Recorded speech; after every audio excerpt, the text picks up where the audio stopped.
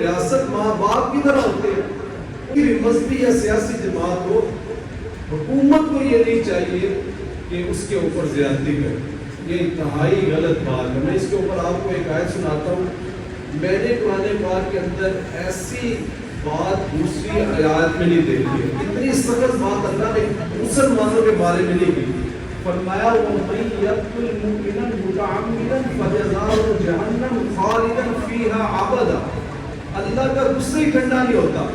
اللہ کہتے ہیں لعنت ہے اس شخص کے اوپر جو جان بوجھ کر کسی مسلمان کو قتل کرے. وہ ہمیشہ ہمیشہ جہنم کے اندر جلے گا.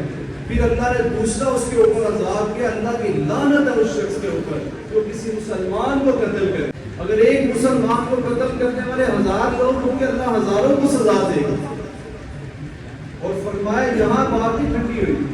اللہ نے کہا مجھے کل قیامت والے دن ایسے لوگوں کی طرف دیکھنا بھی نہیں ہے. ایسے لوگ میرے سامنے بھی نہ آئیں گے قیامت والے دن. وغضب اللہ علیہ.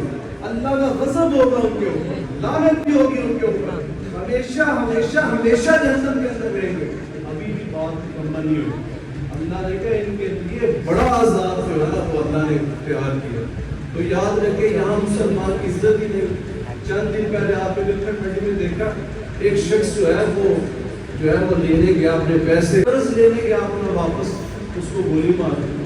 مسلمان کی عزت ہی کوئی نہیں ہے. یہ وجہ کیا ہے؟ جب ہم ایک مسلمان کی عزت نہیں کریں گے تو یہ انتشار پھیلے گا, یہ خانہ جنگی پھیلے گا.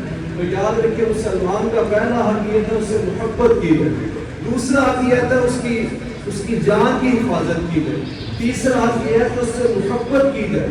چوتھا حق یہ ہے کہ اگر کوئی تکلیف کے اندر ہو, پریشانی کے اندر ہو تو اس کی تکلیف اور پریشانی کو دور کیا جائے.